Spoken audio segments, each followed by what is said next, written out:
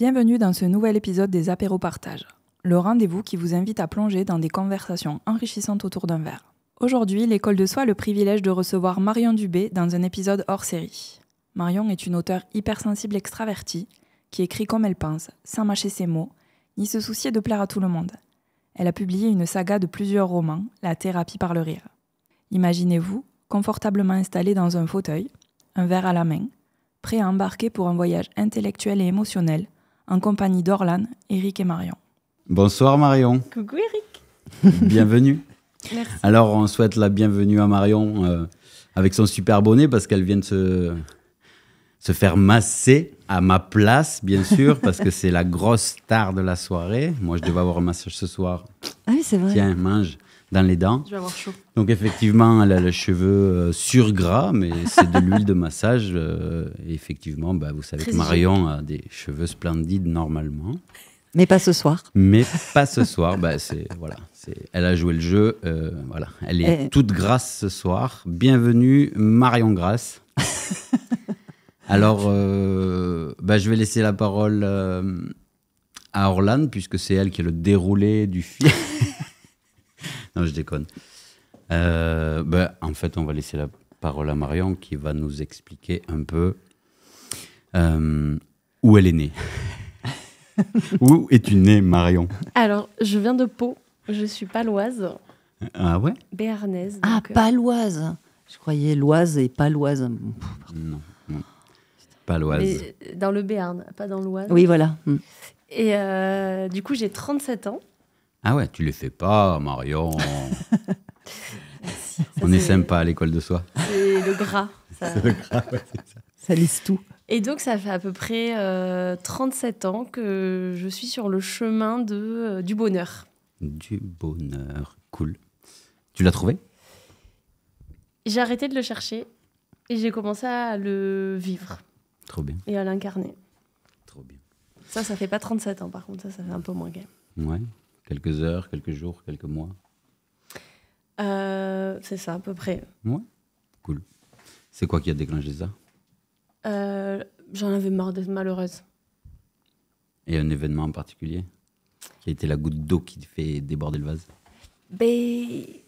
Depuis, j'ai quand même compris, depuis cet événement dont je vais vous parler, qu'il faut faire attention aux souhaits de la façon dont on les formule. Ok? Donc, je m'explique. En 2025, je voulais me prendre une claque dans la figure. Donc, je suis partie en Inde pour... En 2025 Non, que à tu mes es- 25 ans, pardon. C'était d'ailleurs en 2011. Donc en 2011, pour mes 25 ans, je voulais me prendre une grosse claque. Là, j'ai été exaucée, donc je suis partie faire un voyage en Inde et j'ai compris que le bonheur était une question de perception. Mhm. Mais comme on est des humains pleins d'imperfections, sur le chemin vers ma trentaine, j'ai un peu oublié, tu vois, tous les principes et tout ça, j'ai oublié. Donc, à 30 ans, j'ai demandé à me prendre une nouvelle claque. Et là, je suis partie au Cambodge. Et le 3e jour de mon voyage, j'étais seule. J'étais partie seule faire une mission humanitaire. Et j'étais partie un peu plus tôt pour me retrouver avec moi-même et ma claque. Et le 3e jour, donc, ma mère a la folie de décéder en France alors que je suis seule de l'autre côté de la planète. Donc là, pour le coup, je me suis pris une claque. Et je pense que c'est à partir de là qu'il y a quand même eu un déclic intérieur. Ok. Et tu l'as vécu comment ça? Ouh, à quel moment? Un effondrement. Effectivement, tu es au cul du loup sur la planète et tu apprends que ta mère décède. C'est un effondrement? Ça remet tout en question ou ça sidère? Ça fait quoi? Là, c'était... Waouh, comment je rentre en France et... je me revois faire ma valise en me disant « Mais qu'est-ce que tu fais quand ça n'en a rien à foutre? Tu les plies pas, les culottes ?» Donc j'étais là, fais la valise. Ça va t'aider, c'est un truc que tu sais gérer tout de suite maintenant. Tu fais la valise et puis après tu vas aller retrouver les organisateurs de la mission humanitaire et puis tu vas leur dire « Help, aidez-moi parce que là j'ai plus de cerveau. » Le choc était tellement violent que... Et puis surtout dans un pays où on parle pas français. Donc le Cambodge, et toute seule, vraiment à gérer le truc. J'avais juste l'adresse sur une petite carte de visite des organisateurs qui étaient arrivés la veille. et que je devais retrouver 2-3 jours plus tard. Donc j'avais cette carte, je vais voir le gars de l'accueil, les yeux comme ça. Je crois que ma mère est morte. Est-ce que vous pouvez appeler un tuk-tuk pour aller à cette adresse? Enfin, c'était le déni. La première étape, c'était non, c'est pas possible, non, c'est pas possible, non, c'est pas possible. Comme ça pendant très longtemps. Donc du coup, après, ça a été très compliqué de déconstruire ça. Le non, c'est pas possible. Yes. On s'est un peu égaré de la question du bonheur quand même. Non, c'est ce qui a déclenché une réalisation en toi et c'est pas rien. Parce qu'il n'y a pas que du négatif au final. Toutes les situations, finalement, nous aident à grandir. Donc, c'est cool pour les gens d'entendre. Ça a été très compliqué parce que, du coup, évidemment, j'en ai voulu aux raisons qui m'ont poussé à faire ce voyage, à être loin de la France, donc à ce moment-là. Après, ça a été terrible, toutes ces heures où j'ai été seule entre le moment où j'ai appris la nouvelle et le moment où, enfin, j'atterrissais à l'aéroport de Tarbes, Lourdes, avec mon chéri qui venait m'accueillir. Et enfin, je pouvais prendre mon père dans mes bras. Tout ça, là, ça a été une torture. Mais derrière, en fait, j'ai compris que c'était un cadeau d'avoir été là-bas pour avoir eu le temps de vivre le deuil de ma mère entre moi et la petite Marion, jusqu'au moment où je suis arrivée en France, que j'ai pris mon père dans les bras et que je suis devenue la mère de mon père et que j'ai porté son chagrin à lui. J'ai accompagné mon père dans le deuil de sa femme, mais j'ai oublié, à partir de là, il n'y a plus de « j'accompagne Marion dans le deuil de sa mère ». Il n'y en avait plus besoin. Ah, si. Ah oui. C'est revenu me chercher après. Et oui. En fait, le système, c'est incroyablement fait, moi je trouve tout le temps, mais en deuil ou dans des grosses empreintes comme ça, il y a une part de nous qui a envie de s'effondrer et qui profite à l'arrivée où je vois mon père pour pouvoir le faire. Et d'un coup, je vois sa voix que non, je ne peux pas m'effondrer parce qu'il est en train de le faire. Donc c'est moi qui prends le relais. Et du coup, ça va s'effondrer, mais plus tard. Parce que là, ma priorité émotionnelle, c'est de l'accompagner lui pour gagner en ressources, pour pouvoir traverser tout ça en tant que pilier. Et après, quand le pilier a moins besoin de moi, là, je peux m'effondrer. C'est là où je trouve que c'est toujours incroyablement fait. Parce que quand tu me dis ça, ça me fait penser au deuil, un de mes deuils avec mon père. Enfin, avec ma sœur, et du coup, j'ai vécu avec mon père. C'est-à-dire que j'avais perdu ma sœur, et moi, ça s'est complètement effondré. Et en fait, mon père est sorti, il est venu me chercher, j'avais 17 ans. Et mon père vient me chercher, et en fait, pour la première fois de ma vie, je vois mon père pleurer dans mes bras. Et là, je m'en souviens très, très bien. C'est mon système, enfin, d'un seul coup, je me suis dit, voilà, si lui s'effondre, on est mort. On est vraiment tous foutus. Et du coup, ça a repris le relais de pouvoir l'accompagner pour qu'il puisse traverser ça. Et ça s'est effondré, je ne sais pas, peut-être 10 ans après, mais ça avait gardé... c'est ça qui est fou, c'est-à-dire que notre enjeu émotionnel, notre plus, notre moins, ce qui va faire que... Est-ce que ça s'effondre ou est-ce qu'on ne choisit pas, entre guillemets, laquelle des deux parts va gagner? Ça raconte, ça y est, je m'effondre. Ah non, l'autre, c'est pire. Et souvent, on le voit même dans les préparatifs de deuil. C'est quand moi, quand j'avais des rencontres, on me disait, mais je ne comprends pas, je n'ai pas pleuré pendant l'enterrement. J'ai dû m'occuper de tout, on m'a laissé tout faire. Mais en fait, c'est pas que tu as laissé tout faire, c'est qu'il y a une part de toi qui voulait encore tout contrôler. Donc, elle a pris le relais, vous ne pouvez pas le laisser faire à qui que ce soit d'autre. Donc, elle a gagné, elle n'a pas pu s'effondrer, et peut-être qu'elle le fera. Et des fois, ils ne le font pas, hein, mais des fois, ça s'effondre des mois ou des années après, ou le lendemain, qu'importe. Mais c'est l'enjeu prioritaire pour la part blessée, quoi. Enfin, je dis ça, j'en sais rien. Enfin, ce n'est aussi que la mienne, l'histoire. Mais ouais, le deuil est une...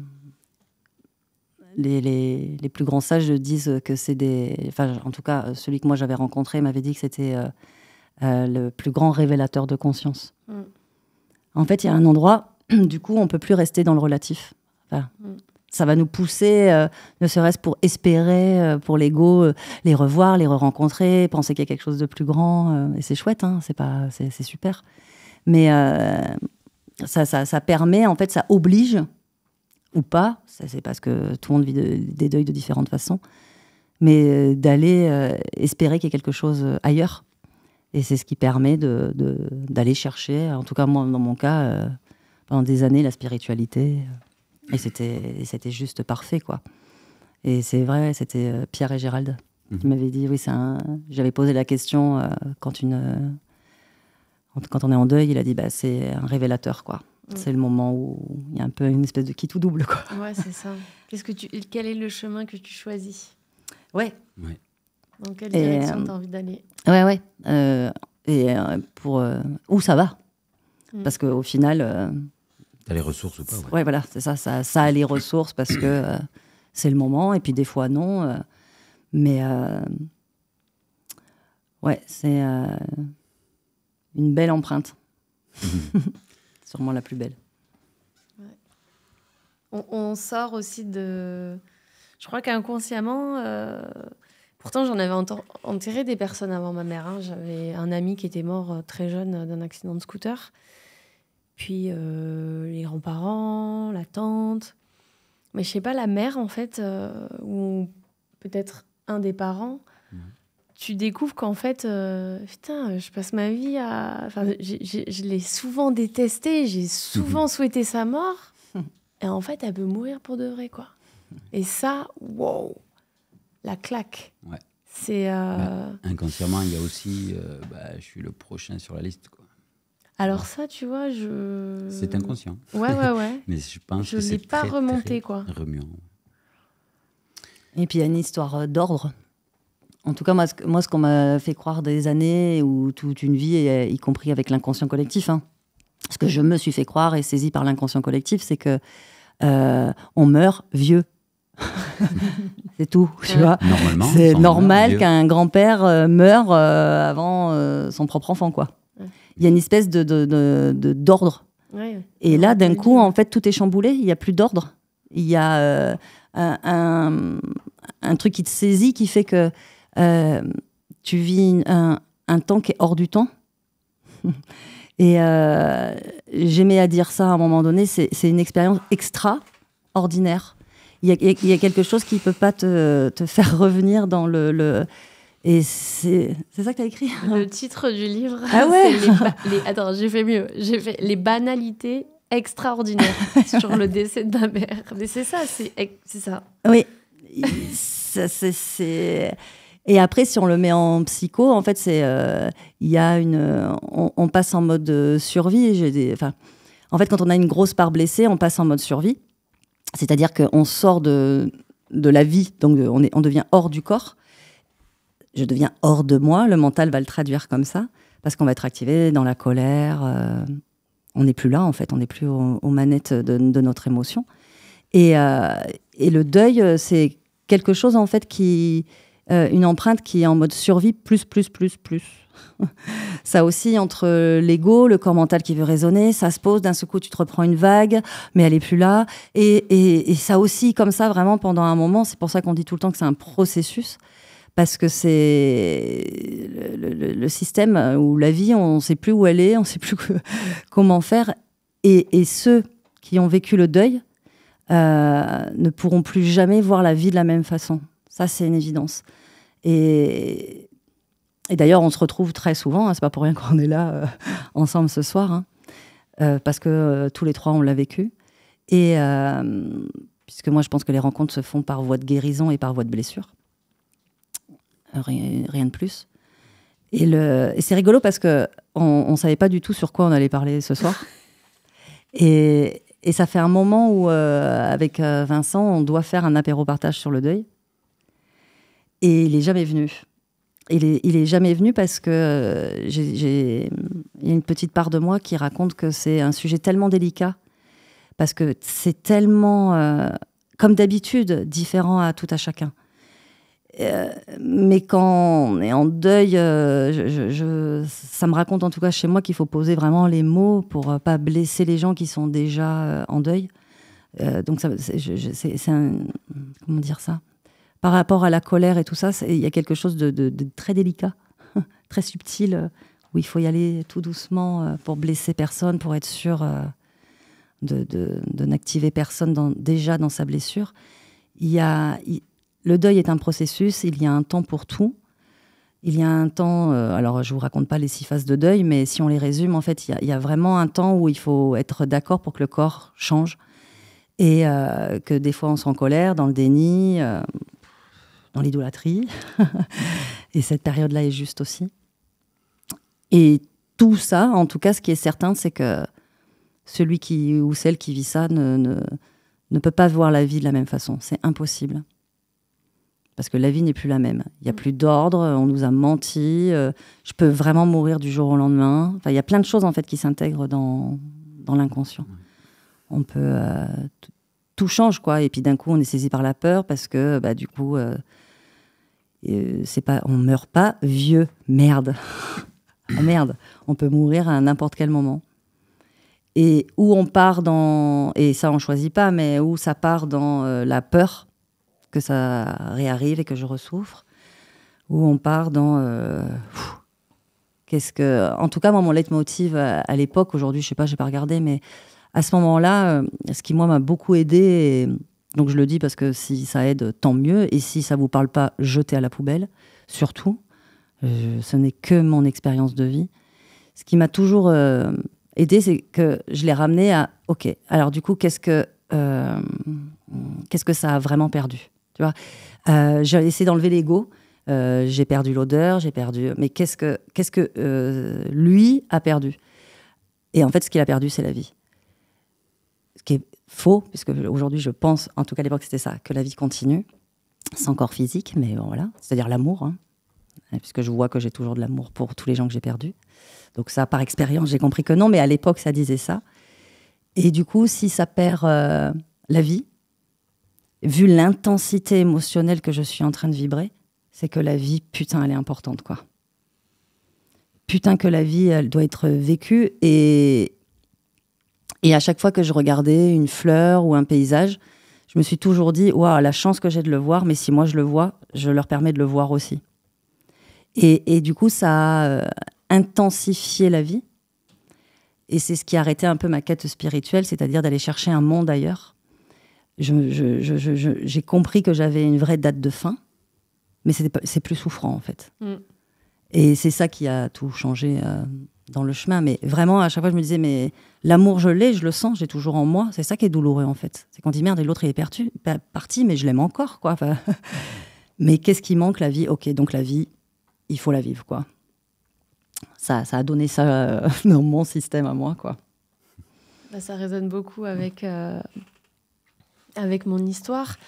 Les cadeaux que ma mère m'a laissés, ça a été vraiment, comme tu dis, Bon, alors déjà, on rentre.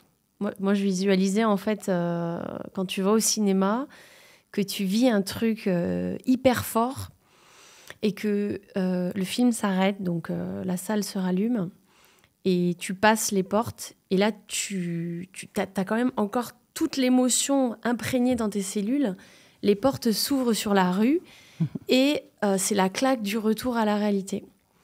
Et en fait, quand tu vis le deuil, tu ressors plus jamais de cette salle. C'est là. Mm-hmm. Et tu sais, t'as ton là dans le noir, elle est où la porte de sortie? Mais il n'y a plus de porte de sortie. Maintenant, c'est ça ta réalité, c'est ce drame. Après, bon, on reste dans la pièce, on s'habitue, on commence à ouvrir les rideaux, à mettre des photos au mur et rendre un peu cosy, voilà. Puis on reprend le goût de vivre dans cette nouvel environnement, dans cette nouvelle réalité. Et on comprend aussi, comme tu dis, que la vie, elle peut s'arrêter à chaque instant, à chaque seconde. Et moi, quand je vois les choses que ma mère n'a pas eu l'occasion de faire, parce qu'elle disait à mon père, allez, on s'en fout, on prend la retraite aujourd'hui, on va pas attendre 2 ans, aujourd'hui on est en bonne santé, ça va, on a 10 sur le compte, allez, on s'en fout, on vit. Puis on était là comme 2 cons avec mon père à la banque, avec les sous, on était là, ça n'a pas de sens en fait. Il faudrait qu'elle soit là et puis les sous, on s'en fout quoi. Alors, je vis pas en mode allez, on n'a qu'une vie, comme quand on est en train de prendre 15 bouteilles au bar alors qu'on a le compte à découvert. C'est pas tout à fait ça l'idée. Mais l'idée, c'est quand même de se dire j'arrête de cut the shit quoi. J'arrête de faire des trucs qui ont pas de sens pour moi. J'arrête de voir des gens que c'est plus agréable. Je prends des raccourcis vers le bonheur. Ouais. Ça n'a pas changé ma vie de façon complètement irresponsable, en mode de toute façon je peux mourir demain, j'en ai rien à foutre de prendre soin de mon corps parce que je peux aussi vivre pendant très longtemps. Mais chaque choix que je fais est avec la conscience de oui, mais ça peut s'arrêter. Et oui. Et ça, c'est chaque matin quand je dépose mon fils à l'école ou quand je vis un truc fort avec quelqu'un, je me dis ça, je le prends. Je l'emporte avec moi, mais je savoure comme si ça pouvait être... voilà. Et aussi de lâcher prise. Parce que de toute façon, le pire, c'est déjà produit. Mm-hmm. Et je me dis que... je pose quand même le contexte, c'est-à-dire qu'en fait, j'ai un conjoint qui est épileptique et qu'au début de notre relation, on ne vivait pas ensemble. Et lui, il a des crises le matin et c'était hyper stressant pour moi.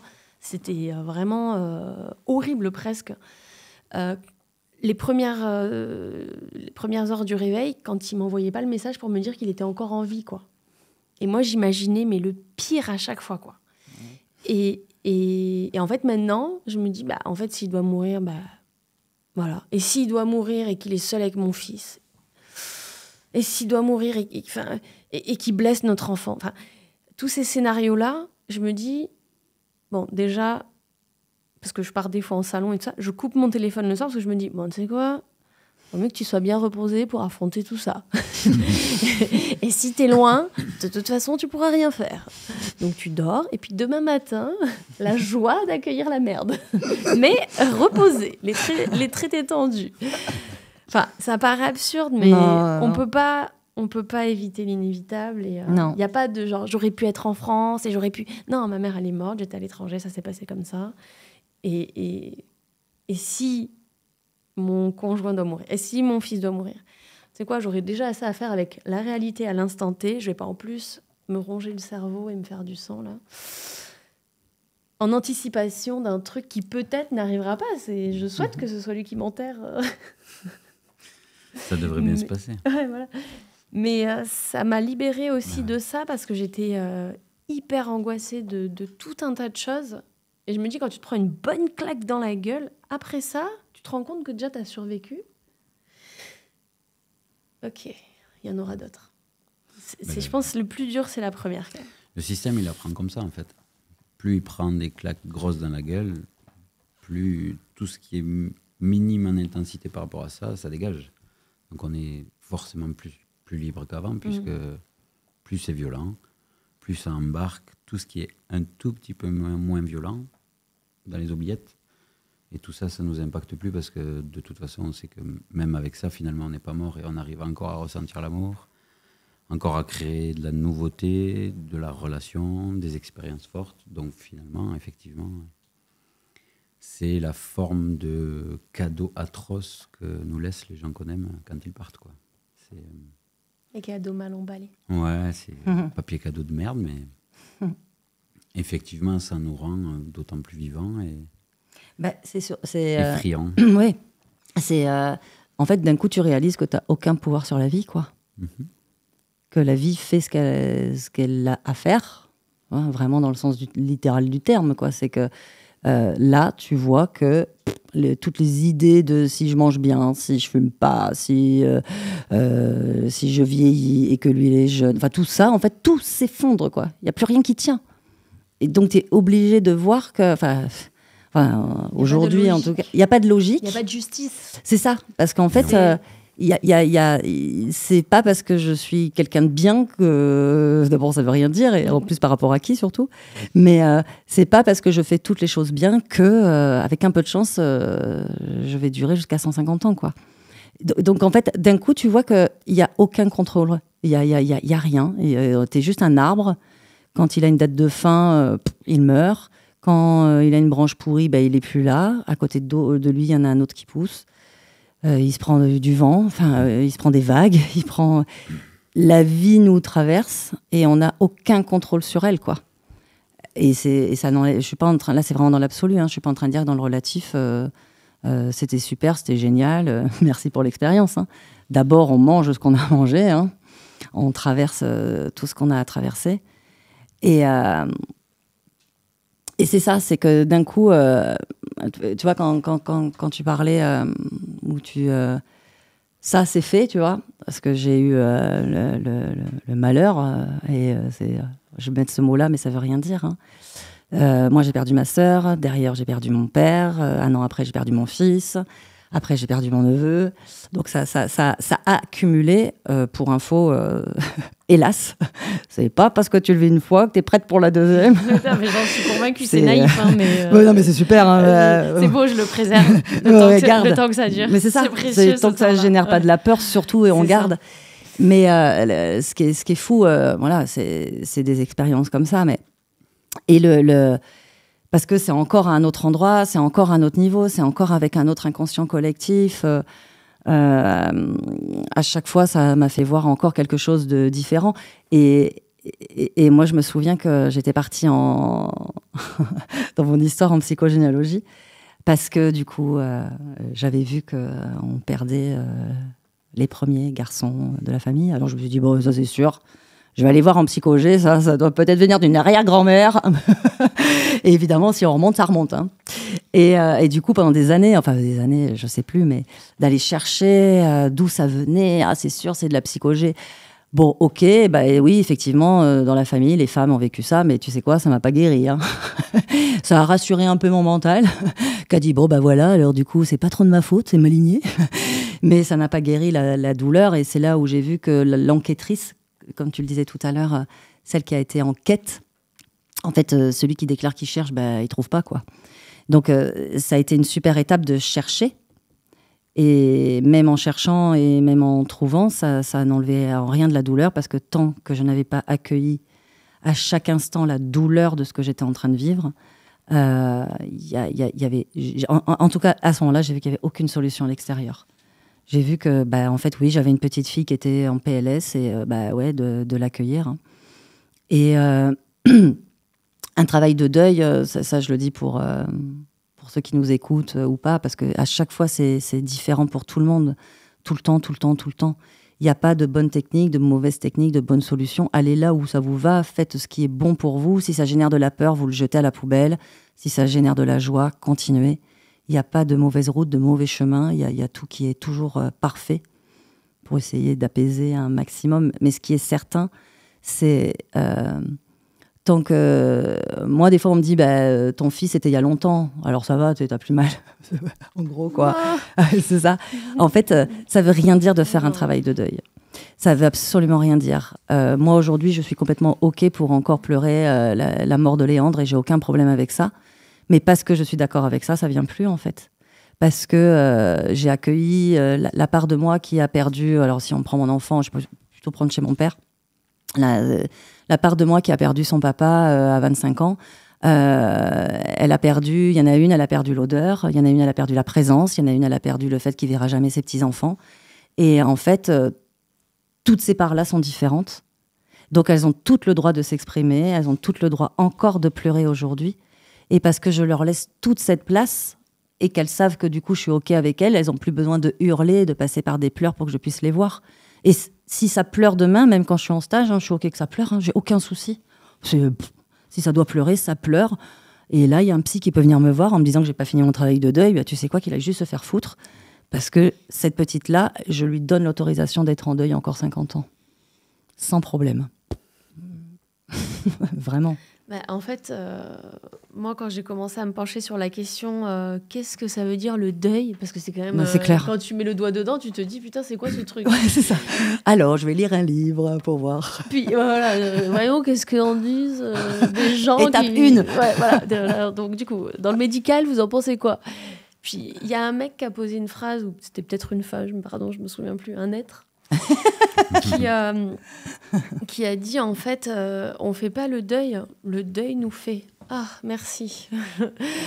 Donc, il n'y a pas de fin, en fait. Il n'y a pas de point final. Tu as juste changé, quoi. Et surtout, rien à faire. Hein. Plus la... Tu ne peux pas bien ou mal faire. Ouais, mais il n'y a pas de sablier, il n'y a pas de... Comme tu dis, il n'y a pas de... Il n'y a pas de place sur le podium, tu vois. C'est surtout pour ton père que ça doit être dur. Quoi, il a retrouvé quelqu'un? Mais ça fait à peine 2 ans. Alors, 365 jours fois 2, ou quand il se réveille le matin dans le lit avec, sur le coussin, l'empreinte de la... et elle n'est pas là. Et qui se réveille chaque jour dans le cauchemar qui prend vie de cette nouvelle réalité où sa femme est morte. Non, 2 ans, je pense que ça doit être très, très long. Donc, comme tu dis, c'est une question de perception de l'autre qui ne connaît pas. C'est naïf de croire qu'il ferait mieux à notre place. C'est d'ailleurs bizarre de se dire ça. Oui, c'est clair. Moi, je me souviens quand même qu'on m'a demandé pourquoi... Oui, mais c'est vrai qu'on n'a pas compris, comme ça. Mais c'est vrai qu'on n'a pas compris pourquoi ton père et toi, vous étiez habillés comme ça à l'enterrement de Marie-Claire. Et là, je te jure, j'ai eu envie de rire, en fait. J'ai eu envie de leur dire... Donc, attendez, les gars, vous voyez des gens en souffrance qui viennent enterrer quelqu'un qu'ils aiment, qui a disparu. Et vous avez des questions qui sont venues dans votre esprit en vous disant « Tiens, mais pourquoi elle est habillée en blanc et lui, pourquoi il est habillé avec des vêtements de randonnée, quoi ?»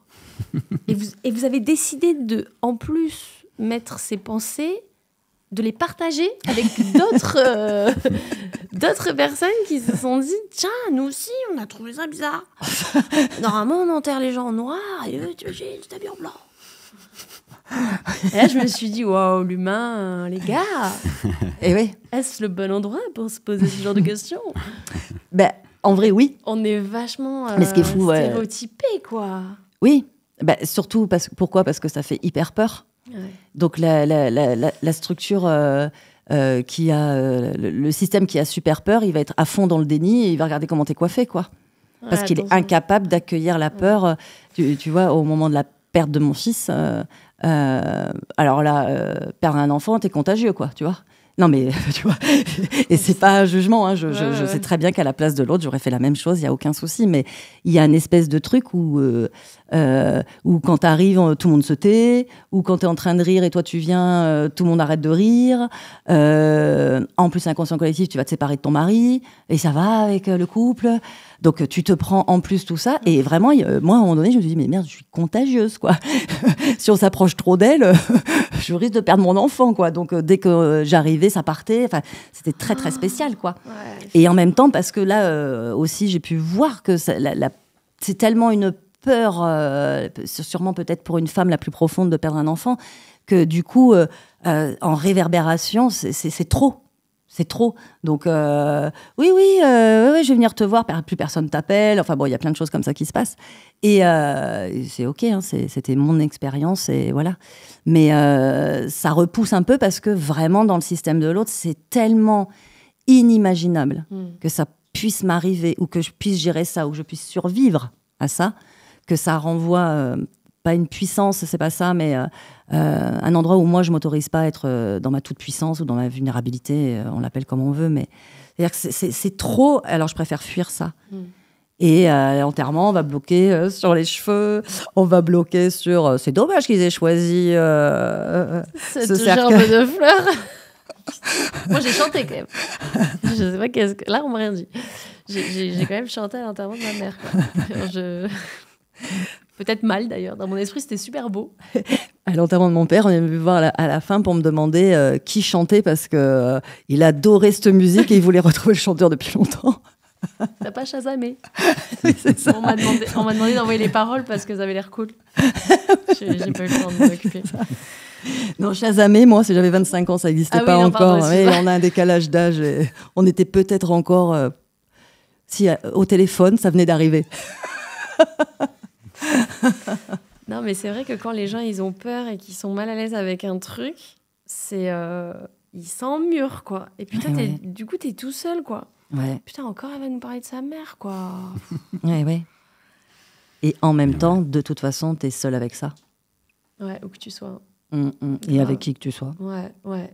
L'autre, la seule chose qu'il peut faire, c'est juste qu'on reconnaisse ta peine, quoi. Je le dis pour si jamais vous avez des amis qui sont en deuil et Ouais. ne leur cherchez pas de solution. Hein. Il n'y en a pas. Normalement, il n'y en a pas. Soyez une oreille. Et oui, c'est ça. Des Juste bras.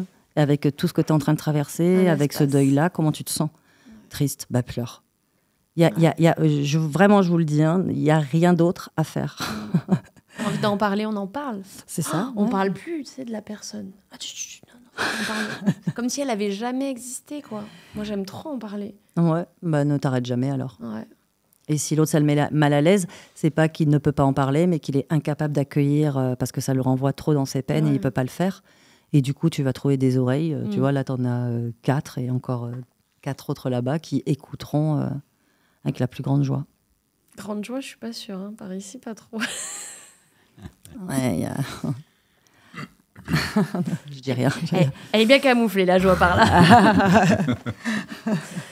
Non, mais c'est...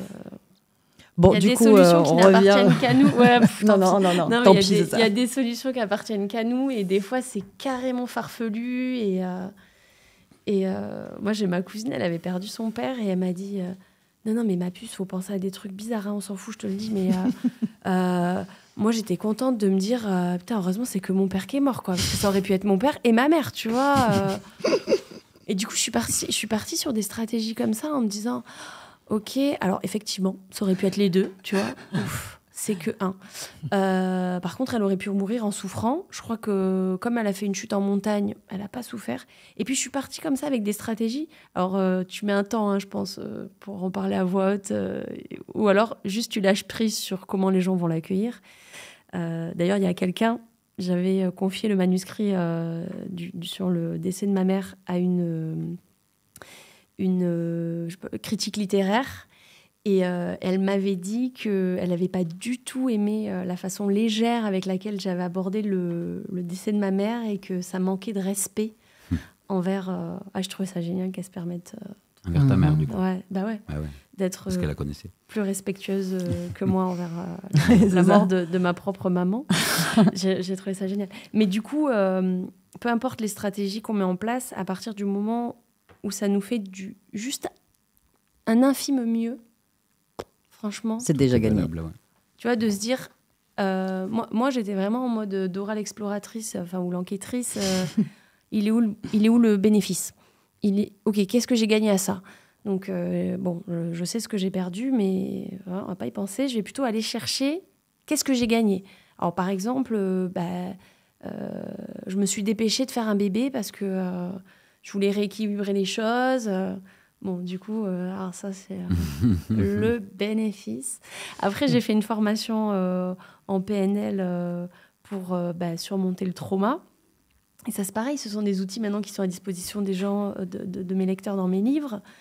Puis il y a eu plein de trucs comme ça où, tu vois, j'ai vraiment détourné mon attention. Là, j'ai fait diversion avec la tristesse en me disant, ça a contribué à quoi? Bien sûr, si j'avais une baguette magique, je voudrais mon bébé, la PNL, la CNV, le pardon inconditionnel, le juge plus les autres parce que t'es jamais à leur place. Et ma mère, bon, ça marche pas comme ça. C'est Il y en a un pas. processus. Ouais. Bah, tu vois, cette dame qui vient et qui te dit je trouve que vous traitez ça avec légèreté, elle est juste en train de te donner l'info qu'elle n'en serait pas capable. Elle croit ne pas. Elle croit ne pas être capable, elle, de dépasser le sien de deuil. Ouais, ça a fait... Je vais pas vous mentir, ça a fait super mal. Et oui, parce Ça m'a que fait super mal. parce Parce qu'il y a... que je me suis posé la question. C'est ça. C'était, En fait, la seule chose qui peut faire mal, c'est qu'il y a encore un petit bout de toi qui de le doute. croit. Ouais. C'est ça. Bah, Et ton job, c'est juste d'accueillir cette petite part blessée qui croit qu'elle est trop légère en parlant légèrement et que du coup, ça serait peut-être un manque de respect. Donc, elle vient juste te donner une info d'une part de toi qui est dans l'ombre et qui dit peut-être que je l'ai fait un peu trop léger. En disant non, j'ai OK. Mais il y en a une qui a fait t'es sûre? Tu vois, il faut juste aller rassurer celle qui croit encore que peut-être elle aurait pu le faire de façon plus sombre. C'est une petite fille, voilà, c'est tout. Hein, c'est toujours pareil en fait. Et à la fois léger par rapport à quoi? ouais, c'est ça. C'est ça. C'est dans La- nos croyances. Bah ouais, Mais bien la- sûr. La vraie question, c'est à la place de ta mère. Mm. Tu crois qu'elle trouverait ça trop léger ou elle serait hyper heureuse que tu le prennes avec légèreté. C'est une évidence qu'elle est hyper heureuse que tu le prennes avec légèreté, point, en fait. Bah ouais, je pense que je suis mieux placée pour savoir, ça c'est sûr. Bah, Ou en tout cas, cette croyance-là me fait du bien à moi et le reste, ça fait du mal à personne à la base. Ouais. C'est surtout pour me faire du bien à moi que ce scénario-là, je l'ai écrit de cette façon, quoi. Mais au-delà de ça, même la nana qui dit c'est pas respectueux, si tu lui dis mais tu crois que sa mère, elle aimerait que ce soit dur pour elle? Oui. Ben non. Mais bon, si, ben comme voilà, mon père, c'est mieux s'il reste seul et endeuillé toute sa vie, tu comprends, dans la tristesse. Il y en a qui pensent ça. Il y a des familles qui tournent le dos à des gens qui essayent de s'en sortir malgré la douleur, quoi. Ça, c'est parce qu'ils se projettent, eux, dans l'histoire. Tu vois, mais ils ne se mettent pas à la place de celui qui n'est plus là. Si eux, ils n'étaient plus là, est-ce qu'ils aimeraient que leur enfant en chie? Bien sûr que non. Mais en fait, ils s'identifient à toi, pas au défunt. Donc forcément, en s'identifiant à toi, ils s'identifient à l'inconscient collectif qui est, quand il y a un décès, la personne est triste, il faut qu'on soit tous tristes, très longtemps, c'est un hommage. Et puis il faut mettre des photos partout, parce que sinon on les oublie. Et puis ceci, et puis cela. Et puis il faut attendre 3 ans avant de se remettre avec quelqu'un. Ah, j'avais pas le chiffre officiel. Ouais, c'est à peu près quoi, dans l'inconscient collectif 3 ans, acceptable. Pardon. Tu vois, si c'est du jour au lendemain, c'est pas normal, quoi, tu vois. Alors que d'abord, ça n'a pas le choix. Tu vois, à partir de quand on a le droit de rire? En fait, c'est comme tu veux, mais dans l'inconscient, je pense qu'on est aussi à 3 ans, tu vois. Il faut au moins que tu fasses un deuil de 3 ans, quoi, tu vois. Je connais pas les cultures où on doit porter le deuil, mais il y a un temps aussi. Donc, de toute façon, on se fait saisir par ça. Mais moi, je connais quelqu'un qui a perdu sa femme et qui s'est remis avec quelqu'un, je crois, du jour au lendemain. Il n'a pas eu le choix, d'abord, mais vraiment, quoi. Il a rencontré, il en perdait une, mais vraiment, le lendemain, il en rencontre une autre, mais il n'y a toujours pas d'erreur. C'est grâce à cette rencontre avec cette personne que ça va lui permettre de faire le deuil. C'est grâce à ça que ça va lui donner des ressources pour pouvoir traverser ce mode survie qui est insupportable. Et la femme qu'il rencontre à ce moment-là, ce qu'elle porte aussi, elle est OK avec ça. Ouais. C'est-à-dire qu'elle est d'accord, elle sait qu'il vient de perdre sa femme. Enfin, moi, je trouve que c'est pas le plus bel amour, mais c'est juste un amour incroyable. Il n'y a que de l'amour. Ouais. On ne choisit pas si ça va attendre 1 jour ou 3 ans. Ça se fait parce que c'est le choix de l'évidence. La vie nous pousse et elle fait waouh, là ça va aller. Et en plus, c'est peut-être que si je m'empêche de faire ça, c'est peut-être ça qui va me faire mourir en fait. Et donc la vie, pour prendre soin de nous, elle nous envoie toujours ce qui est nécessaire pour nous au moment où c'est nécessaire. Si ton papa a rencontré quelqu'un le lendemain ou 2 ans après, c'est un aimant, quelqu'un qui appartient à la vie, qui aime, donc on va dire c'est un plus, et il rencontre un aimant moins, c'est des gens qui s'aiment se collent. L'amour n'a pas de temps, n'a pas de durée, n'a pas de forme. Pour traverser tout ce qu'il avait à traverser, pour faire son deuil, il rencontre cette nouvelle belle-mère, et cette nouvelle belle-mère a été d'accord pour rencontrer un homme endeuillé. C'est très très juste, et ça c'est encore une fois de l'amour en barre. Et l'autre, même s'il dit que ça se fait pas et qu'il faut attendre, il est juste en train de dire, comme le dit très très bien Eric, qu'il dit que s'il était à ta place, lui, il n'aurait pas fait ça. C'est un ego démesuré, c'est se prendre pour Dieu que de dire ça. C'est naïf, parce qu'en fait, c'est impossible Impossible. de le vérifier. C'est ça. Donc on peut cesser de le croire, du coup. Ouais, juste les jugements, pour moi, c'est vraiment la blague la plus drôle que nous fait l'ego, quoi. Oui, c'est ça, c'est vrai. De croire qu'on ferait mieux que l'autre à sa place, puisqu'il n'y a aucun moyen de le vérifier. Et parce que c'est surtout pas possible, parce que si moi j'étais née dans ta vie, dans ma cette peau, dans cette sensibilité-là, dans cette expérience de vie-là, dans ta famille, avec tes charges émotionnelles, avec tes lignées, je ferais la même chose que toi. Ouais, mais c'est ça. Évidemment. Donc tu aurais le même corps qu'elle. La même forme, la même voix. Ouais, la même somatisation. Oui, la même. Ça veut dire qu'il n'y a pas c'est tellement, personne à de mérite. C'est tellement... On est ce qu'on est. Ouais, l'ego qui nous fait une grosse blague de comment je ferais trop mieux à sa place. Oui, c'est ça. Ouais, moi, à ta place, je le quitterais. Hein. Mais va te faire foutre. Si je pouvais, je le ferais, tu vois. Moi, à ta place, là, tu vois, ce qu'il faut que tu fasses, c'est que tu pries tous les jours. Mais si je pouvais prier pour que ça aille mieux, je le ferais. Je suis pas une dinde, tu vois. Donc, ça ne m'aide pas ce que tu es en train de me dire. Au contraire, ça me paralyse. Mais par contre, si tu viens et que tu me dis, franchement, à ta place, je ferais pareil. Et qu'est-ce que je peux faire pour toi, pour que tu ailles mieux ? Là, je suis juste triste. Viens, on pleure ensemble. Je te prends dans mes bras, je te fais le plus gros des câlins. C'est toujours reconnaître la peine, mais c'est vrai que l'humain a toujours tendance à vouloir trouver une solution. Et le jugement, il sert vraiment, effectivement, à rassurer celui qui le porte. En fait, le jugement, c'est une barrière, quoi. C'est-à-dire que c'est un fake de croire que quand tu arrives quelque part, ça ne juge pas, tu vois. Pardon, mais moi, en CNV, on avait appris d'enlever le jugement. C'est pour ça que j'ai arrêté la CNV, parce que je voyais bien qu'il y avait quelque chose de plus fort que moi. Donc, j'ai été voir surtout qui juge à l'intérieur de moi. Et si j'arrive dans une soirée et que ça juge, parce que je sais que c'est qu'une part de moi, que ce n'est pas ma conscience qui juge, que ça juge, elle oui, lui non. Mais pourquoi elle oui? Pourquoi je juge que elle oui et pas lui? Parce que lui me fait peur. Donc je vais vérifier, mon système il vérifie à quel endroit il va être sécure.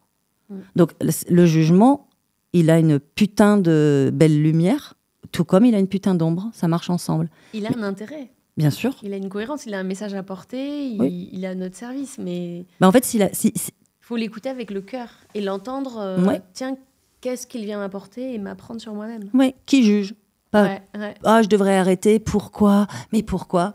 Non, quelle est la part de moi là, à ce moment-là, qui est en train de juger? Je juge que j'aime pas sa colère parce que je refuse la mienne. C'est presque des maths, en fait. Donc la petite fille qui juge, elle est trop mignonne et elle a la même valeur que celle qui est altruiste. Les deux sont juste merveilleuses et en même temps les deux pourris, quoi, tu vois. L'altruisme, il y a un peu de sauveur avec, mais en tout cas, ce qui est certain, c'est que chacun fait de son mieux, chacun fait comme il peut. Ne cherchez pas à aller plus vite, moins vite. Respectez à chaque instant les charges émotionnelles qui arrivent. Les accueillir une par une. J'ai une amie qui est en deuil depuis peu. Et elle me dit, là, c'est bizarre, je me prends une vague. Et là, ça redescend. J'ai dit, c'est exactement ça, quoi. Et en fait, il y a la douleur physique.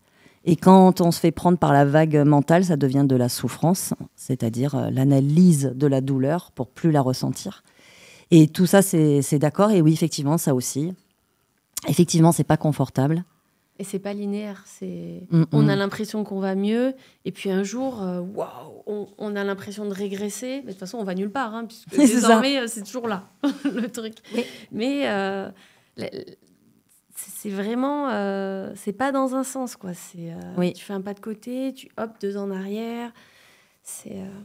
Oui, parce que faut être indulgent et accepter aussi, accepter aussi les jours où on décide de, là, ça fait super mal. Et tu sais quoi, je vais prendre le temps de, sans culpabiliser. C'est ça. D'accueillir le. Nous, ce qu'on dit tout le temps, c'est que si tu es d'accord pour t'effondrer, ça s'arrête. Ouais.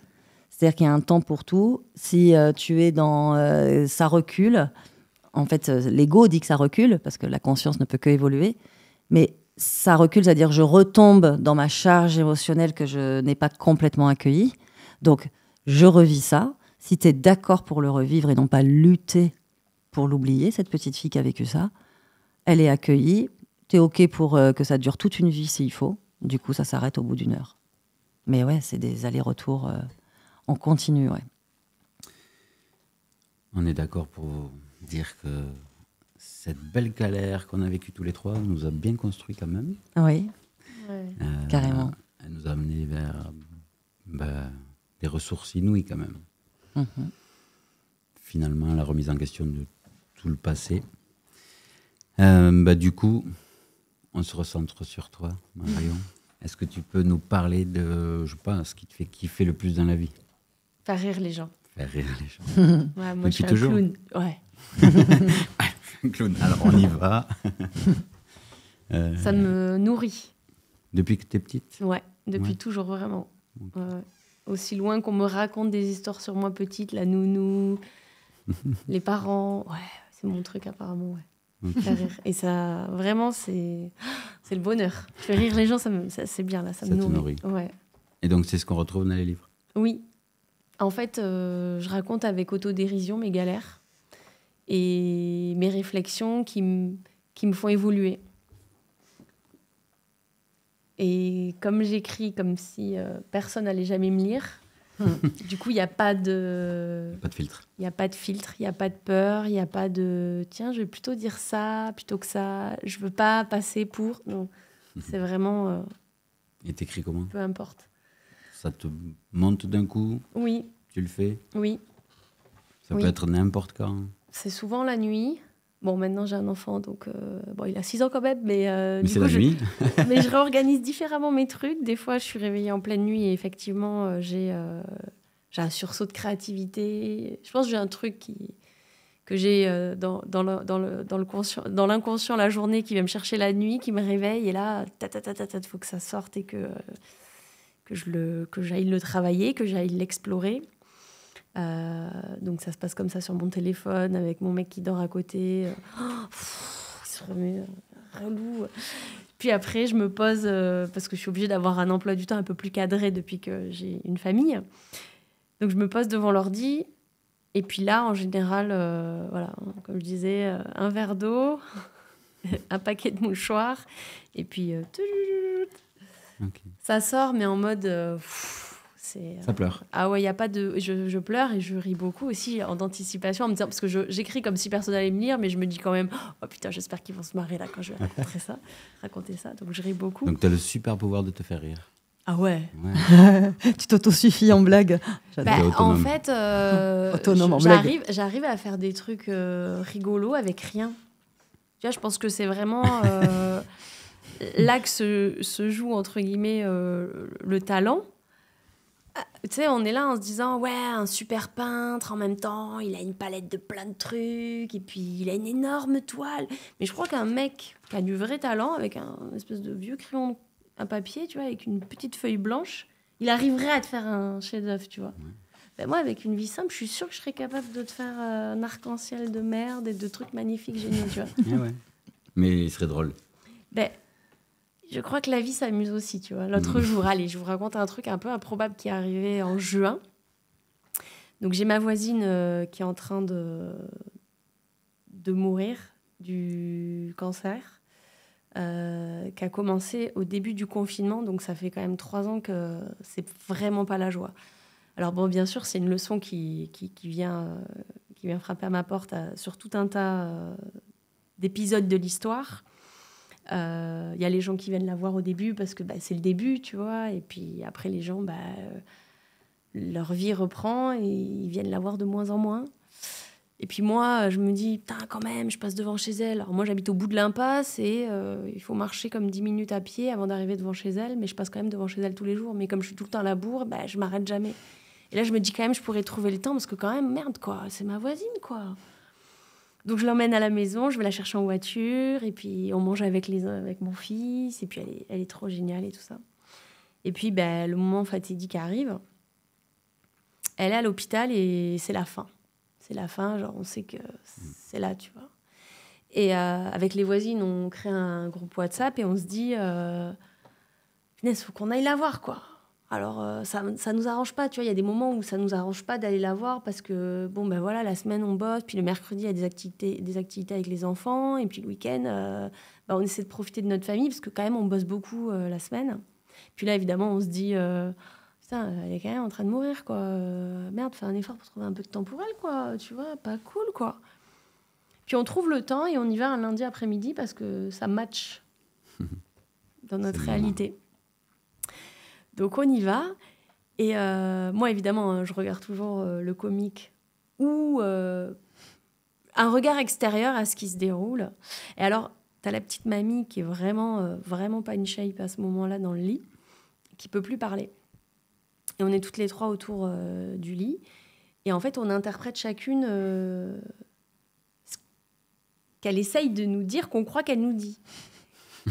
Et en fait, putain, j'ai rejoué la scène après, parce que quand j'étais dedans, ça s'est pas passé comme ça, évidemment, mais je rejouais la scène et je nous voyais, quoi. On était toutes avec nos croyances. Puis donc moi, je lui disais... Alors déjà, elle me serrait la main. Et puis, tu sais, il y a cette égo à la con, quoi, qui me disait genre ouais, même, quoi, elle me serre la main, tu vois. Puis je rejouais la scène et je me disais pareil, elle me serre la main parce qu'elle a mal, rien à voir. Ouais, je sais, c'est chaud. Et ça s'arrête pas là au niveau du truc qui est quand même drôle, mais pas du tout drôle en fait. Puis après, il y avait ma voisine qui était là, oui, Jacqueline, quand même, faut que tu t'accroches, tes enfants. Et moi, je lui disais, non, Jacqueline, t'as le droit de partir. Tu sais, on était chacune avec... Puis je me disais, mais quand même, je lui dis ça, il faudrait pas qu'elle croie que j'en ai rien à foutre qu'elle parte, quoi. Et puis, il y avait Ophélie qui était là, qui lui donnait de l'eau et tout. Puis, en fait, on lui a pas bien donné l'eau, donc elle commençait à tousser et tout. J'étais, putain, mais on va la buter en étant maladroite, quoi. Puis après, je me disais, pareil, elle nous serre la main, genre, barrez-vous, je suis fatiguée. Puis j'étais là, putain, en fait, j'arrive pas du tout à comprendre. J'ai l'impression qu'on est toutes avec nos filtres à la con et qu'on sait pas du tout traduire ce qu'elle nous dit, quoi. Puis, à un moment donné, on arrive quand même un petit peu à comprendre qu'elle souffre. Donc on se dit, bon, moi, le leader qui est en moi, vous inquiétez pas, les filles, je vais aller voir l'infirmier. Putain, j'ai chaud tout d'un coup parce que c'était tellement improbable ce qui s'est passé. Donc, la vie, quoi, merde, toujours ça tombe sur moi. Donc je dis, bon, je vais aller chercher l'infirmier, vous inquiétez pas. Donc je reviens, Jacqueline. Donc je sais pas si... Parce que c'est vrai, après, je me suis rappelé qu'en fait, elle avait des picotements aux mains et que quand on lui tenait la main, en fait, ça lui faisait mal, tu vois. Et je me disais, elle me serrait la main, j'aurais même plus que les 2 autres, alors qu'en fait, je lui faisais mal. Bon, je suis partie chercher un infirmier pour essayer de me racheter au niveau de ma conscience. Puis là, il y avait plein d'infirmiers qui étaient de dos, qui, tu sais, pas dispo à l'hôpital de Dax et tout. Et là, alors que je suis pas bien, parce que ça fait quand même 1 heure qu'on est là, et on se dit, j'espère qu'on tire pas sur la corde, on est resté longtemps, pareil, vous voulez se reposer et tout, enfin... Puis là, excusez-moi, monsieur. Puis le gars se retourne, quoi. Oui. Comme ça. Oui, je vous écoute. Genre, oui, madame. Les dents du bonheur, moi, les dents du bonheur, pardon, hein, pour ceux qui en ont, mais ça me fait toujours rire, je sais pas pourquoi. Et là, le gars, strabisme de ouf, il se retourne, l'infirmier, en me regardant comme ça. Oui, je vous écoute. Et j'étais là, putain, mais j'ai tellement envie de rire, merde, quoi. Pourquoi ça me tombe sur moi, quoi. Ouais. D'accord, c'est drôle, quoi. Et j'étais là, putain, ris pas, quoi.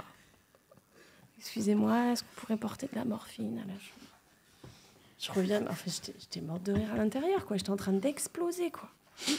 Donc, voilà. Et je me disais, évidemment, ça me tombe dessus, quoi. Parce que j'aurais pas pu être un infirmier normal, quoi. Et non. Faut que le mec, il ait cette gueule en se retournant, quoi. Inattendu. C'est toujours moi qui toujours des trucs comme ça, tout claqué, quoi. Eh oui. Je suis sûre que le mec normal, c'était pour ma voisine, quoi. Enfin bref. Alors, faut une chance inouïe, quoi. Ah, c'est clair. Donc voilà, des trucs improbables qui arrivent à des moments, n'importe quoi. Donc je raconte ça dans mes livres et les gens, ils sont là, putain, franchement, j'ai réussi à éclater de rire sur ton livre, sur le deuil de ta mère, alors que moi-même, je choisis ce livre parce que je traverse un truc terrible. Et à une phrase, à une page, j'éclate de rire. Comment t'as fait ? Je sais pas, c'est la vie, elle m'a apporté un truc chelou à ce moment-là. Donc voilà. C'est même pas... Parce que moi, je suis une visuelle, j'y suis encore. Non, mais c'est même pas inventé, quoi. Le truc. Je vois très, très bien. Et je revoyais la scène, je me disais, il faut que je fasse un sketch sur ça, parce que franchement, je la clean, quoi. J'étais tellement triste, et je l'aimais trop, en plus, elle était trop mignonne. Mais bon, j'étais morte de rire alors qu'elle était en train de vivre ses dernières heures, parce qu'effectivement, elle est morte, genre, 2 jours après, quoi. Voilà, donc... À mon avis, c'était beaucoup plus agréable de devoir rire que pleurer. Ah, j'essaie de... Ou même la Poker vibration face. que ça puisse rire. Ouais, quand je suis revenue, je pense que je devais pas avoir la même tête que quand je suis partie. Non, et puis dire au revoir à quelqu'un que tu sais que c'est la fin. C'est trop bizarre. C'est un vrai au revoir. Ouais, et puis tu dois dire que c'est un vrai au revoir. Genre, j'accueille que tu vas mourir, alors que peut-être elle croit qu'il y a encore un truc. Putain, c'est quand même une expérience très controversée, quoi. La mort, les croyances, le pays. Tu sens bien là, c'est même lourd, quand tu quoi. parles de ça, comme c'est... Il y a plein de blagues qui viennent. Je crois que c'est... Non, on va les garder, les blagues, en fait. C'est tellement violent. L'image, en fait, l'archétype de la mort, c'est hyper caché dans notre culture. On les cache, les morts, hein. D'ailleurs, il ne faut pas les voir. On les met dans les couloirs, dans les boîtes. Il n'y a plus de rituel sur la mort. On est perdu avec la mort. Mais il y a des... Moi, je crois que dans ma famille, ils ont le truc de se dire, allez, c'est pas grave, on va mourir, mais on leur fait un peu une blague. Genre, j'ai ma cousine, donc elle perd sa maman en 2008. Donc moi, ma mère est décédée, donc sa sœur en 2016, et ma tante, elle est décédée en 2008. Donc ma cousine, ma tante, c'est pas le même scénar.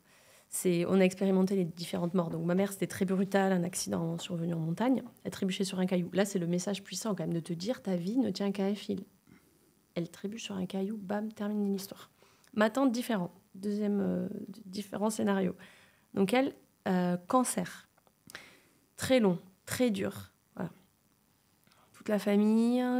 Je sais pas lequel est le plus dur, en fait. C'est très compliqué, les deux, je pense. La phase d'intégration n'est pas la même, la violence de l'impact aussi. Puis la culpabilité, je prie plus pour qu'elle survive, je prie pour qu'elle ne souffre plus. Donc ça veut dire que quelque part, je suis OK avec le fait qu'elle meure et je ne suis pas OK avec le fait que je sois OK qu'elle meure parce que ça veut dire... Enfin, waouh. Bon, si j'étais partie pour vous raconter un truc rigolo quand même à la base. Et donc ma cousine, elle va... les 3 sœurs, elles vont à l'hôpital pour aller dire au revoir au corps. Elles arrivent dans la chambre et tout. Donc, tu arrives à tâtons et puis tu sais que tu vas prendre une claque émotionnelle. Donc, elles sont là, les 3, elles se serrent la main et tout. Puis elles arrivent et tout, dessus du lit. Et puis, putain, c'est pas pareil quand même quand... Ah oui, ça te défigure un peu la mort. Putain, mais c'était pas le bon corps, quoi. C'était pas la bonne chambre. Et elles étaient là, genre, putain, maman. Tu sais, à un moment donné, maman, elles se regardaient, genre, maman, maman, c'est quand même un peu... C'était une autre chambre. Genre, non, je vous jure, c'est vrai en plus, ça abusé. Donc, elles ont eu une crise de fou rire en se disant, putain, mais c'est pas elle, quoi. Tu sais, en regardant au bout du lit, quand même, ça défigure, mais... Non, mais c'est... Donc, après, avec ma cousine, on parlait de ça... Et on était morts de rire. Mais en fait, je pense que dans ces moments-là, en fait, on a besoin, putain, de relâcher la soupape, quoi. Ça sort par où ça peut, quoi. Et mais n'importe comment, hein, tu te dis, oh là là. T'entends souvent aux enterrements qu'il y a des fous rires. Ah oui, oui. Et oui, parce que comme tu dois pas rire, tu luttes. Donc déjà, tu as une charge émotionnelle où si ça ne peut pas pleurer, ça passe par le rire quand on fait des stages et que...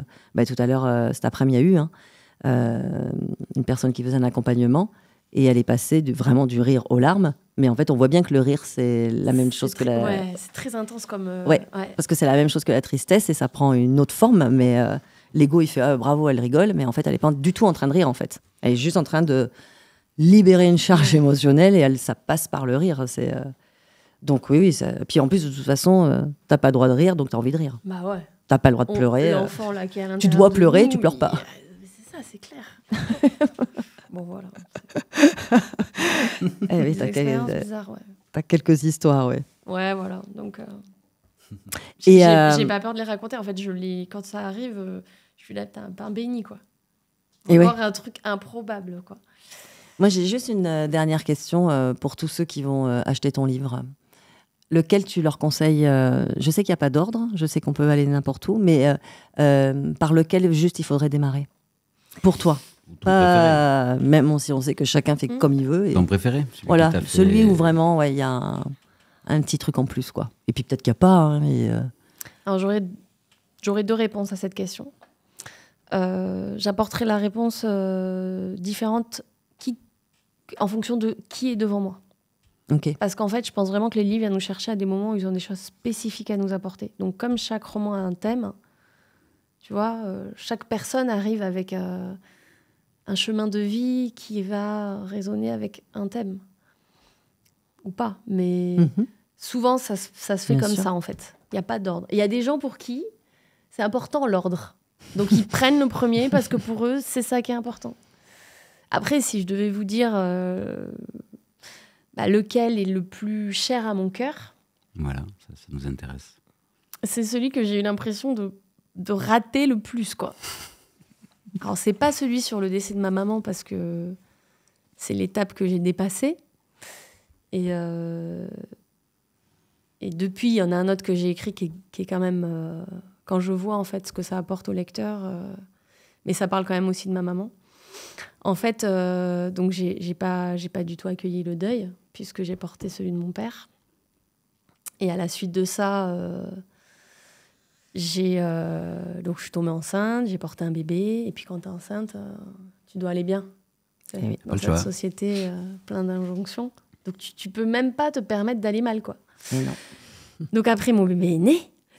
Et puis le jour où tu deviens maman et que tu te rends compte que tu n'as plus de maman, c'est un parpaing dans la gueule. Et en fait, je suis tombée en dépression après la naissance de mon enfant. Et j'étais tellement en colère que... Enfin, je raconte tout dans ce livre, donc ce serait celui-ci. Cet espace dont j'ai manqué. Là, en fait, un dimanche soir, c'est la goutte de trop et Et je vais toquer à la porte de l'hôpital psychiatrique parce que c'est soit ça, soit je me jette par la fenêtre. Et je pense qu'il y a un espèce de mode survie qui s'active à l'intérieur de moi et qui me dit, je sais que tu portes le suicide en toi depuis plusieurs générations et qu'à chaque fois que c'est trop lourd, ton cerveau te dit la solution, c'est la mort.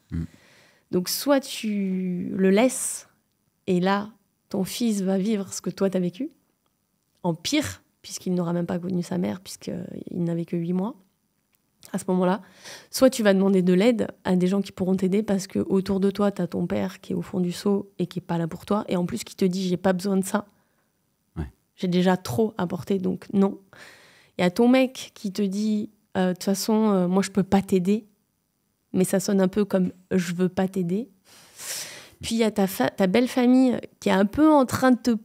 Tu vois, genre, hey, il est là le fossé, hein, le précipice, hein. Tu sais, qui est un peu en train de te pousser au cul, genre, la sortie serait là. Et du coup, il y a cette espèce de phrase dans ta tête qui commence à se faire entendre un peu plus, qui est que le monde se porterait mieux sans toi, en plus de toi, moins souffrir.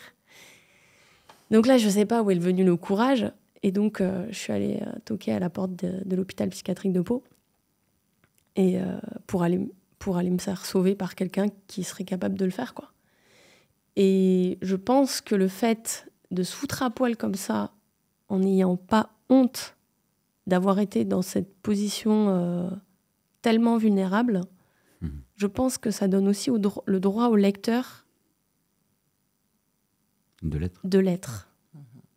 Mais surtout de se le dire que c'est OK. Parce que c'était terrible de se dire que... J'étais cette merde-là, pas capable de trouver suffisamment d'amour dans son cœur pour vivre pour son enfant. Et voilà. Donc, toutes ces choses terribles que je me suis infligées pendant cette période-là, je l'ai mis dans ce magnifique livre que vous pourrez trouver en librairie et qui vous apportera beaucoup de joie et de bonheur. Non, mais donc, voilà. Trop bien. Donc, celui-là... Marion la résiliente. On a le droit de dire ça ou... Tu peux. Ok, ça va. T'as le droit de tout dire, Eric. C'est vrai ? Ouais, merci, c'est sûr. Tu peux, ouais. Mais après, on n'est jamais au bout du process. Ah non. C'est ça qui est merveilleux. C'est ça qui est merveilleux, tu vois. Chaque jour. Mais chaque on jour apprend potentiellement plus léger. Mais moi, ce que j'aime, en fait, c'est que depuis un certain temps, je pense que je vibre quelque chose qui m'attire des gens comme vous dans ma vie. Et ça, c'est juste un cadeau incroyable de rencontrer des gens qui me nourrissent. Et voilà. Donc, je voudrais vous dire merci pour ça. Vraiment. Merci, Marion. Merci pour ce moment et ces échanges. Vraiment. Merci à toi. Vraiment, mille merci. Merci beaucoup pour ce partage, ta vulnérabilité. On kiffe ça en général. Et pour le coup, tu l'as incarné d'une manière admirable. Et franchement, pour moi, ça représente la plus belle des manières d'exprimer l'amour qu'on a pour le monde. En fait, c'est d'exprimer sa fragilité parce que c'est là-dedans qu'il y a le vrai partage. Parce que c'est facile de mettre des masques et de faire la maline et le malin, mais se foutre à poil, effectivement, c'est même pas une question de courage parce que je sais même pas si ça existe, mais c'est juste super beau, quoi. Donc merci pour ça, merci pour ce que tu partages. Donc tu es la bienvenue ici quand tu veux, en galère ou en joie, pour l'apéro ou pour un lit ou peu importe. Voilà, en tout cas, merci pour ce partage et à très vite. Merci. Merci Marion, merci.